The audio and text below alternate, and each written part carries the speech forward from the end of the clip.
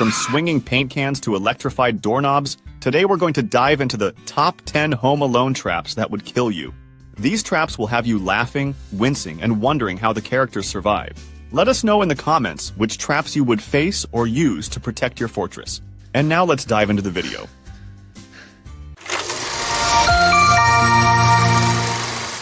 Number 1. The metal pipe. Wait a minute. Don't you remember what happened last year? In a nostalgic tribute to the first film, Harry and Marv demonstrate that they have learned their lesson by skillfully avoiding the swinging paint cans. However, their momentary joy of victory is abruptly cut short. In a surprising turn of events, a massive metal pipe decides to crash the party, striking both of them directly in the face. Oops. The laws of physics seem to take a coffee break as our endearingly clumsy villains are catapulted into a 3-meter flight, landing with the grace of an elephant on roller skates. And just when you thought it couldn't get any better, Kevin, not content with his initial act, decides to up the ante by releasing the pipe and letting it drop on top of them. I'm no doctor, but I believe that after such a blow, the two should be missing half a face already. No.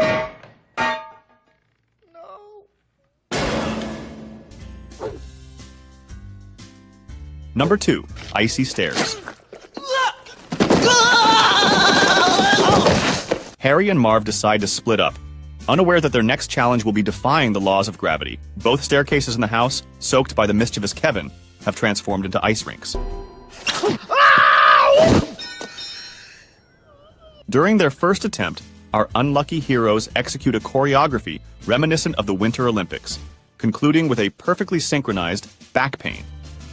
However, they refuse to give up.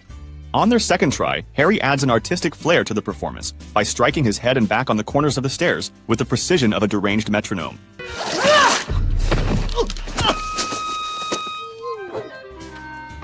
Number 3. Marv gets shocked.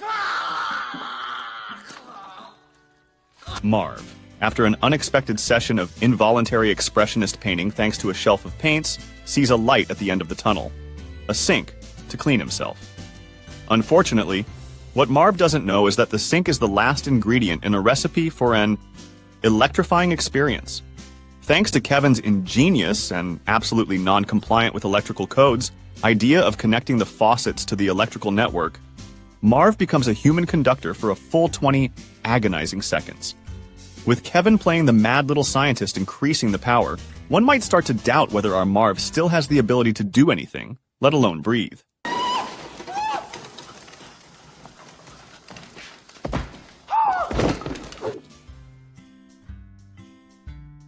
Number 4. The cans of paint. I'm up here, you morons! Come and get me! Our resourceful little thieves, Harry and Marv, after a graceful slip and circus-worthy falls, decide to climb the stairs. As if fate had a sense of humor, they are greeted with a 1-gallon can of paint flying towards their faces at a speed of 12 miles per hour. Don't worry, Marv, I'll get him for you. Gifting them with an impact twice the force of a professional boxer's punch. With the added fall to the ground, it seems unlikely that the two will ever wake up again.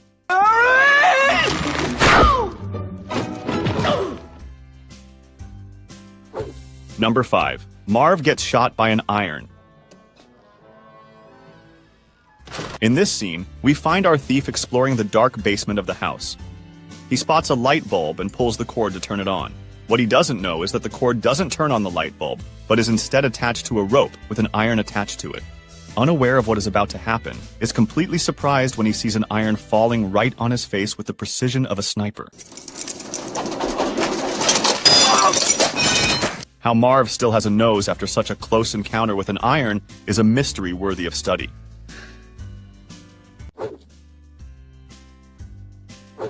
Number 6. The burning rope.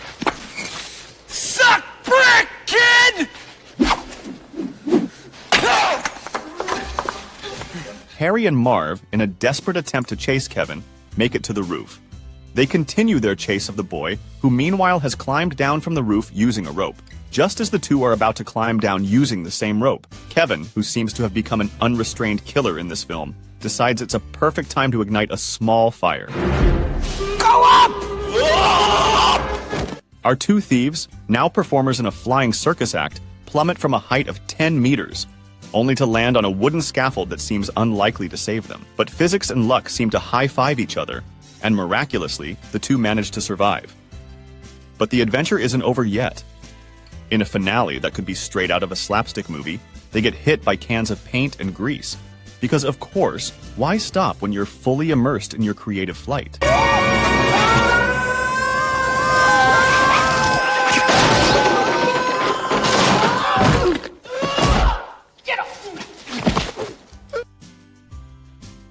Number 7, the tarantula. I got you! I got him, Harry! I got him! The two thieves, a bit battered, manage to get upstairs and Marv grabs Kevin by the foot. Kevin, in addition to being a madman, is also lucky. He finds his brother's tarantula and places the spider on Marv's face, who probably at that moment would have preferred a return to the Icy Stairs.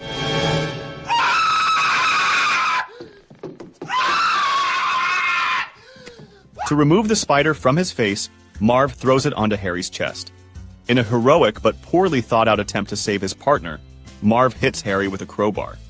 The blow is so powerful that one could reasonably doubt that Joe Pesci's chest is still in a functioning state.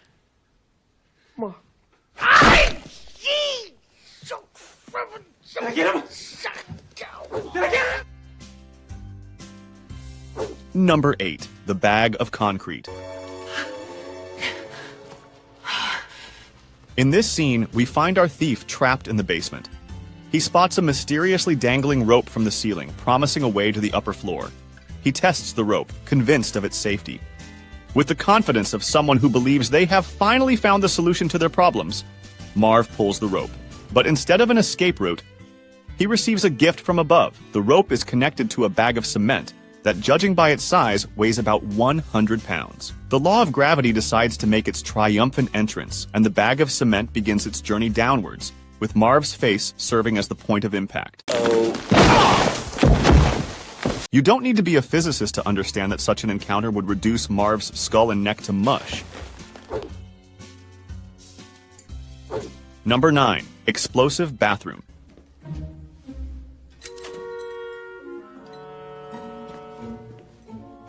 Harry, in his tireless search for Kevin, finds himself in a bathroom of the house.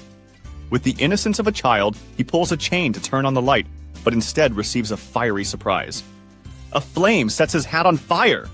Surprisingly, the burns seem to be a mere annoyance for our fire-starting thief. In a desperate attempt to extinguish the flame, Harry sees the toilet and, thinking it is full of water, sticks his head in it. But surprise! That wasn't water, but gasoline. The result is an explosion worthy of the best action movies, from which Harry miraculously emerges with only a bit of soot on his face and his head slightly burnt. How he manages to come out almost unscathed is a mystery that even the best scientists cannot explain. But before we continue, remember to subscribe to the channel, put like, and then click on the bell of notifications for other content in the world of cinema.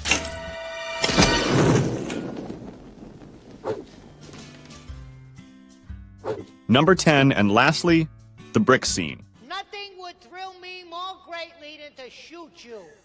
Knocking off a youngster ain't gonna mean all that much to me. Understand? Kevin, showing a potential serial killer streak, decides that throwing bricks from a roof is a great idea to punish the two thieves. Let's briefly analyze the situation.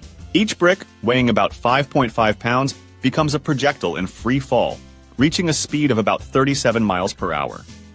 I'm not a physicist, but based on rough calculations, each brick we see has more than 3 times the force necessary to turn a skull into powder. Marv, the unintentional target, gets hit not once, not twice, but 4 times. I don't know if I should be more scared of Kevin and his highly questionable modus operandi, or of the hardness of Marv's head. What?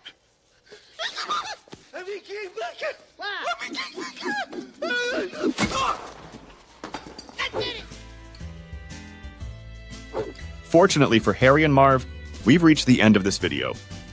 We invite you to subscribe to our channel, leave a like and a comment, and don't miss out on the other content we've prepared for you.